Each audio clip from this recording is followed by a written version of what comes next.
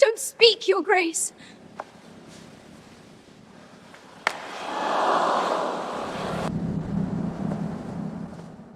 Wine exploded across the marble floor. Ladies screamed. Guards rushed forward. The Seize her Duchess at pointed once. furiously at the trembling girl. "Seize her at once!" But before anyone could move, the old physician knelt has a beside strange the aroma, spilled not drink, faint? dipped Yes. in a silver The bitterness test is spoon, unmistakable. and the metal turned black before everyone's eyes. Poison. A deadly silence swallowed the room. The Duke slowly turned toward his wife, and the color drained from her face.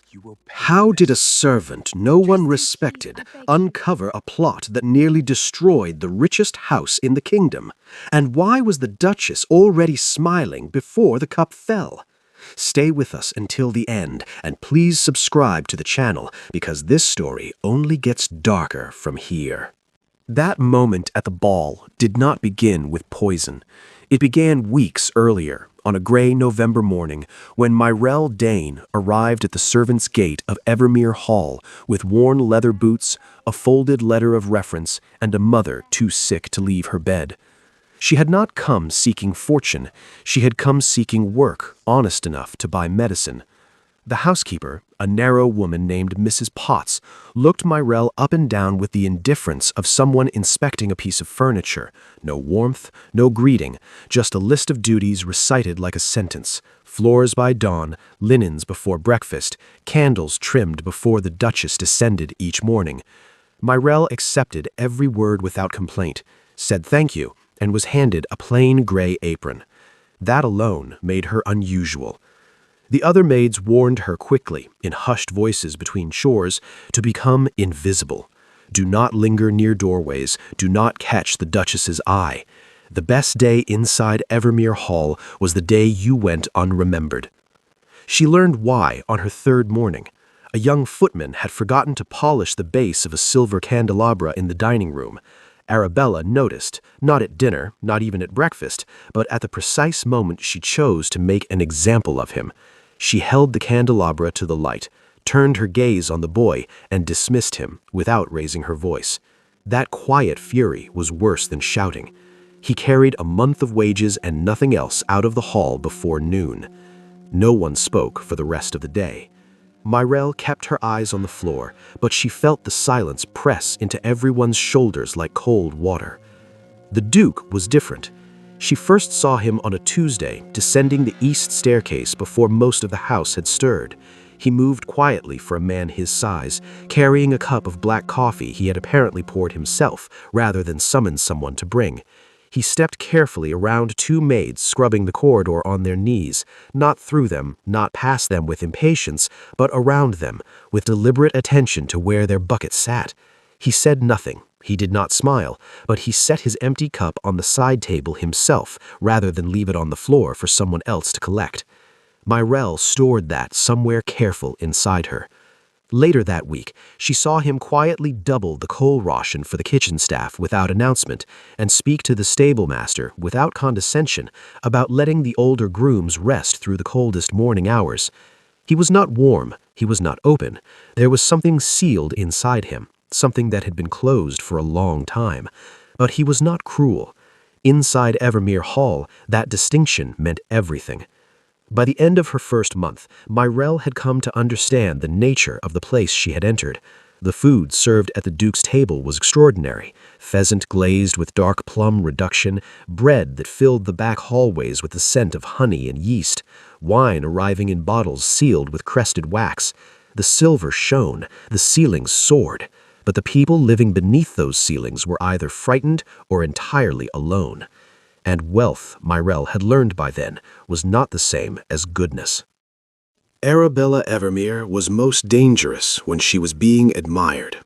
Myrelle understood this slowly, the way you understand something that has always been true but takes time to trust. In public rooms before guests, the Duchess moved with a particular kind of grace, laughing at the right moment, lowering her eyes with practiced humility, pressing a gloved hand to her chest when something touched her. Society adored her. Charitable committees sought her name. Visiting ladies left Evermere Hall calling her a treasure. Inside the manor, after the carriages departed, she became someone else entirely. Mirelle was sweeping the upper corridor one evening when she heard Arabella's voice carrying through a partially closed door, not raised, but edged with something cold. A young housemaid named Bet had placed fresh lilies in the wrong vase, or perhaps the right vase in the wrong room. The distinction barely mattered. What followed was not scolding, it was dismantling. Arabella spoke to the girl as though naming every inadequacy she had ever carried, quietly, precisely, without pause. Bet emerged a few minutes later with dry eyes and a hollowed expression that was worse than tears. She handed in her notice the following morning. Mirelle said nothing. She had not yet earned the right to speak. But she watched.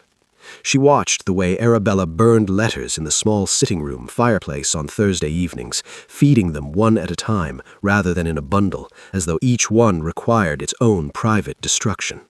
She watched her dismiss the accounts keeper and insist on reviewing household finances personally, then seal those records in a rosewood cabinet to which only she held the key.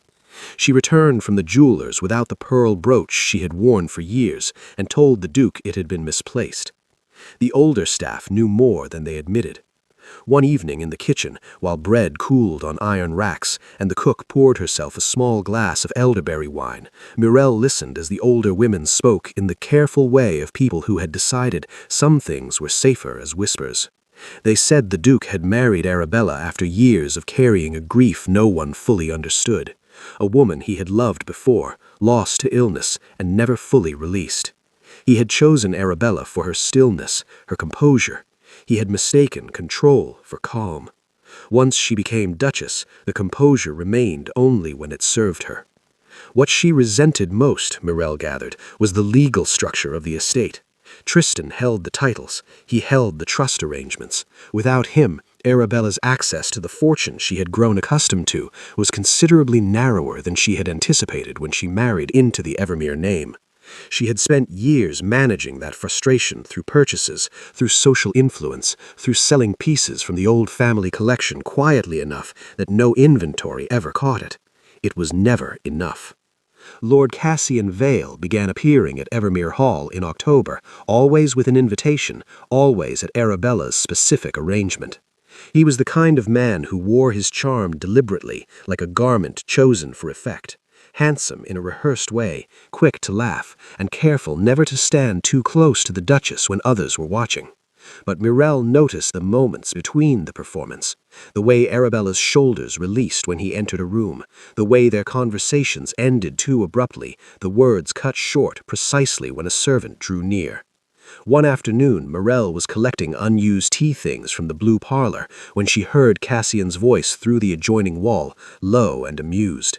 She could not make out the full words, but she heard Arabella laugh in a way she had never once heard her laugh with her husband. That evening, straightening the Duchess's writing room, Mirelle noticed the rosewood cabinet sitting unlocked for the first and only time she could remember. She did not open it, but through the slightly parted door she saw the edge of what appeared to be a folded legal document, a column of figures, and resting beside a stack of letters, a small silk-wrapped object no larger than her palm. She stepped back, closed the room, said nothing. But the shape of what she was beginning to understand settled into her chest like a stone dropped in still water, and she felt it long after she had returned to her room and blown out her candle. The Winter Charity Ball was the most important evening of Evermere Hall's social calendar, and Arabella had begun preparing for it with an intensity that unsettled everyone who worked near her. Lists multiplied, instructions arrived and were revised and arrived again. Floral arrangements were ordered, rejected, and reordered. The kitchens were given 3 separate menus before a final one was confirmed: roasted pheasant, a consommé served in bone china, spiced pears in red wine reduction, almond tarts dusted with sugar so fine it dissolved on the tongue. Cases of imported wine arrived in the cellar, catalogued and arranged by Arabella herself rather than the butler, which Mr. Reed, a composed man who had served Evermere Hall for over 2 decades, noted quietly but did not challenge. What occupied Mirelle's attention was the speech. The winter ball always opened with a formal address from the Duke, a brief welcome to assembled guests, judges, clergy, bankers, families of old title. Arabella had never previously shown particular interest in this tradition. This year, she had raised it 3 times in a single week, once pressing Tristan at dinner to confirm he would speak before supper rather than after, and the second time arranging with Mr. Reed that the ceremonial wine goblet be presented to the Duke precisely as he rose to address the room. Her reasoning sounded unremarkable. Tradition, she said, proper form. But her interest in the timing felt exact in a way that had no innocent explanation. 11 days before the ball, Mirelle was sent to the blue parlor after 10 in the evening to replace burned candles on the writing table. She entered quietly with fresh tapers in her apron pocket. The room appeared empty. She moved to the far table and had just lifted the first spent candle when she heard voices from the adjoining antechamber, separated from her by a heavy curtain and a door left open by no more than 4 inches. The plan is She set. recognized them both. No one She did must not know. move. I understand. The words came to her in fragments, some clear, some lost beneath the low crackle of the parlor fire, but there were enough. Once he drinks and rises, no one will suspect. By morning, everything changes. And then Cassian's voice, quieter. The trustees will have no grounds, not if it appears natural. Mirelle stood with a cold candle in her hand and did not breathe. She heard them move toward the door she had entered through and pressed herself behind the tall writing cabinet until their footsteps receded down the corridor. She remained still for a long time after the silence returned. When she finally stepped forward, she almost placed her foot on a folded piece of paper that had slipped from the writing table, or perhaps from a coat pocket. She could not know. She picked it up with 2 fingers. It was a half-written note, the handwriting precise and familiar. It listed names she recognized as trustees of the Evermere estate, and beside certain names, figures, and beside the figures, a single date, the date of the ball. She folded it and placed it inside the hemlining of her apron. For 2 days, Mirelle told no one. The calculation was plain and brutal. A maid accusing a duchess was not a witness. She was an accusation. She would be dismissed before the sentence left her mouth, and whatever she knew would be buried with her employment. She needed to be useful at the moment it mattered most, not silenced before it arrived. Instead, she watched. She studied the wine service, who handled which bottles, at which stage from cellar to table. She learned that the ceremonial wine goblet used for the Duke's formal toast was kept separately from the general service, stored in a locked side cabinet to which the butler held the key, and that Arabella had asked Mr. Reed twice about the preparation of that particular vessel. 3 nights before the ball, working late to press table linens, Mirelle passed the service corridor where the ceremonial silver had been laid out for final polishing. The goblet sat among the pieces. She leaned close. The smell reached her before her mind had formed the question. Bitter, faintly herbal beneath the clean metallic scent of the silver, like something dissolved in liquid and allowed to dry. Not wine, not polish. She straightened slowly and carried her linens back to the pressing room. She did not sleep that night. The ball arrived the way great occasions always do, loudly, brilliantly, with no patience for the private fears of those required to serve it. By 7 in the evening, Evermere Hall had been transformed into something that would have been beautiful under any other circumstances. Hundreds of candles burned in the chandeliers, casting the grand ballroom in warm amber. The musicians played from the gallery above, something stately and unhurried. The smell of the kitchens reached even the entrance hall, roasted meat, caramelized fruit, warm bread, the faint sweetness of almond from the dessert tables already being laid in the adjoining room. Guests arrived in a procession of dark coats and jeweled necklines. Laughter collected in corners. Glasses clinked. Arabella stood at the Duke's side near the entrance, welcoming each guest with the precise warmth of a woman who had rehearsed sincerity for years and made it indistinguishable from the real thing. She wore a gown the color of deep sapphire. Her composure was extraordinary. Cassian Vale arrived among the honored guests and greeted the Duke with a firm handshake and a wide smile. He greeted Arabella with perfect social correctness, nothing excessive, nothing observable. He moved into the crowd and began working through it with practiced ease. Muriel moved through the same crowd from a different direction, carrying a tray, wearing a face she had deliberately emptied. She had no proof that would survive a formal accusation. She had a folded note in her apron and a smell she could describe but not display. She had the memory of a voice through a curtain, which was nothing in a court and less than nothing before a crowd of aristocrats. What she had, finally, was the certain knowledge that the goblet on the silver service tray near the head table had been prepared by someone other than Mr. Reed, and that in less than an hour the Duke of Evermere would be asked to lift it and drink. She watched from near the service corridor as the butler carried the ceremonial tray into position. She watched Arabella glance once at the tray, then away, with the involuntary satisfaction of someone checking something they had already arranged. Then Mr. Reed was called to the door to settle a dispute between two arriving coachmen, and the tray sat unattended for less than 3 minutes. It was enough. When Tristan Evermere rose to speak, the room gathered itself into the expectant hush that power commands without asking. He was not a theatrical man. He spoke plainly, without performance, and the room respected him for it. He lifted the goblet. The candlelight caught the silver. Muriel was already moving. Later, she would not remember deciding. She would only remember the ballroom floor beneath her feet, the rows of shoulders parting without understanding why, the heat of the candles, and then her own voice tearing out of her chest with a force that surprised her. "Don't speak, Your Grace!" Her hand struck the goblet before he could register her face. The wine left the cup in a wide arc and fell across the white marble in a dark stain. The goblet rang against the floor. For 1 full second the room did not react. It simply absorbed the impossibility of what had just occurred. Then it erupted. Ladies pressed backward, men stepped forward, voices crossed each other in outrage and confusion. Arabella's composure fractured into fury with remarkable speed. She pointed at Muriel, who had fallen to her knees and stayed there, trembling, and her voice cut above every other sound in the room. "Seize her at once!" Guards moved, hands reached. Muriel did not run. Mr. Reed's voice came from somewhere behind her, steady as iron. "No one touches this girl until the physician has examined that drink." The room hesitated.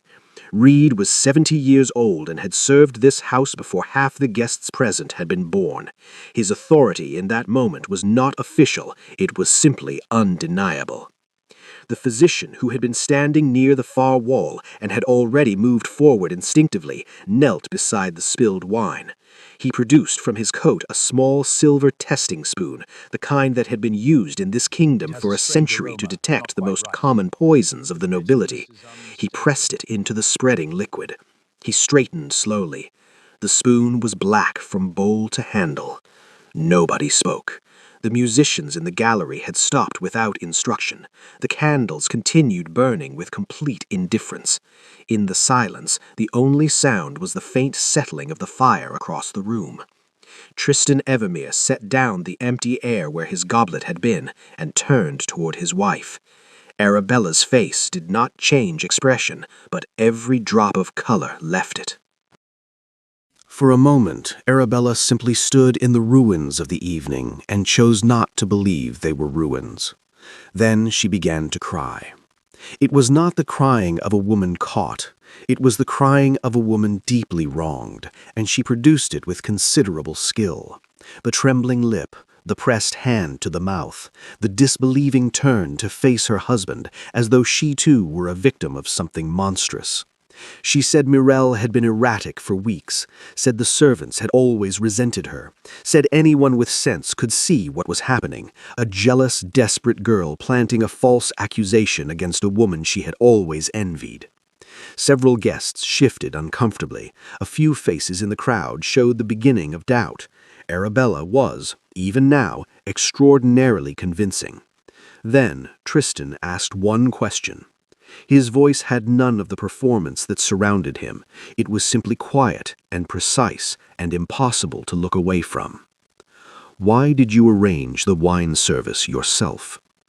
Arabella's tears did not stop, but something behind them shifted, the way ice shifts at the moment before it gives way entirely. She said she had simply wanted the evening to be perfect, that she had handled it personally out of care, that such dedication was being used against her now, which was the cruelest.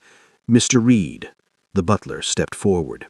Reed confirmed, without drama and without pleasure, that on 2 separate occasions the Duchess had inquired specifically about the ceremonial goblet, that she had personally handled the service cabinet on the evening before the ball, and that he had discovered the preparation of that particular vessel had not been completed by any member of his staff. The room absorbed this in silence. Cassian Vale had been edging toward the corridor near the south wall for several minutes, moving with the controlled casualness of a man who understood crowds and knew how to leave them. A guard stepped from the doorway and blocked his path with a hand on one arm. Cassian laughed briefly and said there had clearly been some confusion. The lever fell from inside his coat when the guard caught his arm more firmly. It did not fall far, and it landed open. Mr. Reed retrieved it. He read the first 2 lines, said nothing, and handed it to Tristan. The handwriting was Arabella's. The letter referenced the estate trustees by name, outlined the terms of the inheritance should the Duke die without a revised will in place, and ended with a line whose meaning was unmistakable to anyone reading in the context of an evening that nearly ended in the poisoning of the man who held the title. "Tomorrow begins as planned." Arabella stopped crying. What replaced the tears was not guilt, it was rage, genuine, uncontrolled, and somehow more honest than anything she had shown in years. She told the room that she had been a prisoner in a loveless house, married to a man made of silence and distant grief, entitled to a life and a fortune she had earned through years of performing the role of Duchess while her husband remained emotionally absent. She said Cassian had only offered her the understanding Tristan had never once provided. She was not wrong about all of it. Tristan listened to every word without interrupting. When she finished, the room was utterly still. He gave no speech. He simply looked at her for a long moment with an expression that contained too many things to name, and then he nodded to the guards. Both Arabella and Cassian were taken into custody by the Crown's officers before the supper hour. The ball dissolved without ceremony.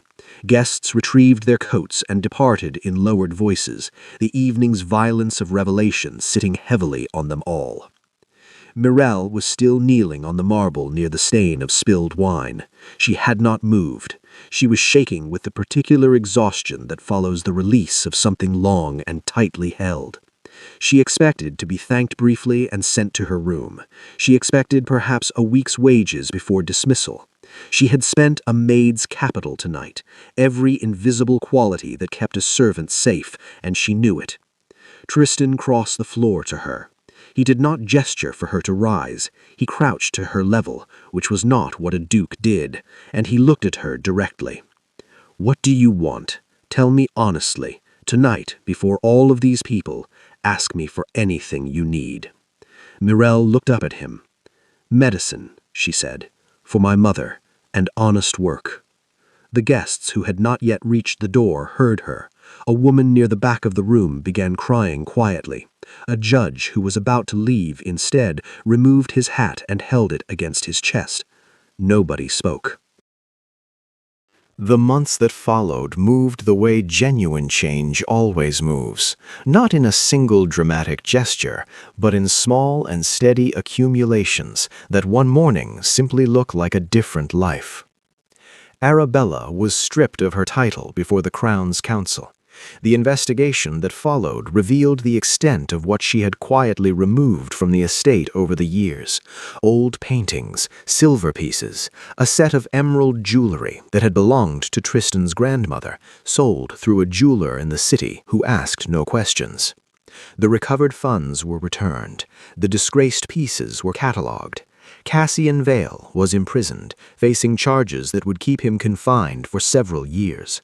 Society, which had admired Arabella and accepted Cassian, absorbed these facts with the particular silence of people who had been entirely fooled and were not comfortable saying so. Evermere Hall itself changed in ways that had nothing to do with legal proceedings.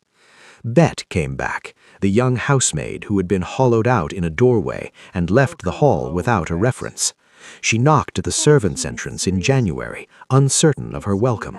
Mr. Reed opened the door himself, told her there was a position if she wanted it, and had tea made before she had finished removing her coat. 3 other former staff returned within the month. The kitchen grew louder. The back corridors, which had always been held in a particular anxious hush, gradually filled with the ordinary sounds of people working without fear. Tristan was different.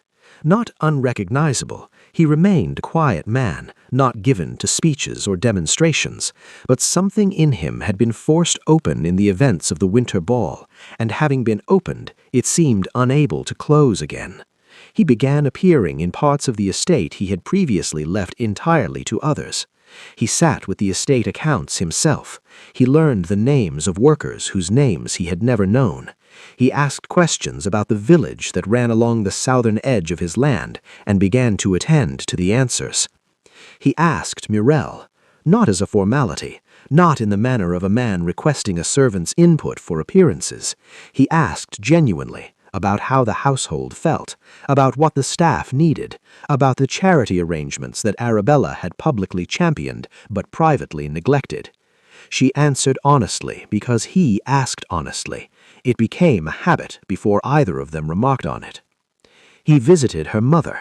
He arranged it quietly, without announcement, sent his personal physician to the small house where Clara Dane had spent the winter in a narrow bed with insufficient warmth and inadequate medicine. The physician arrived with his bag and with coal and with instructions to return weekly. Clara improved through February. By March, she was sitting in a chair by the window. Murrell wept the evening she received that news, alone in the small room she had been given in the east wing. She permitted herself 10 minutes of it, and then washed her face and went back to work, because that was what she did. But she understood then with a certainty she had not previously allowed herself that the Duke of Evermere was not performing generosity, he was practicing it. Spring arrived softly. The rose courtyard at the rear of the estate, which had been left largely untended in recent years, was replanted on Murrell's suggestion, using the original planting records she had found in the estate archive. By April, it was beginning to fill. Old roses, pale pink and deep red, small flowered climbers against the stone wall, lavender planted along the lower border for the bees. The groundsmen gathered there one morning in mid-April, drawn by no particular announcement, simply by the warmth and the smell of it. The groundsmen stood with their hats in their hands. The kitchen women sat on the low stone wall. Mr. Reed stood near the gate with his hands behind his back.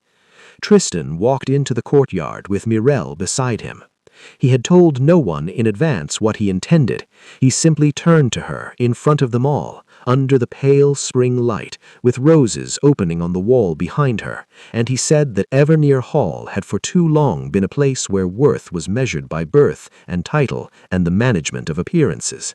He said he had spent years confusing silence for dignity and distance for strength.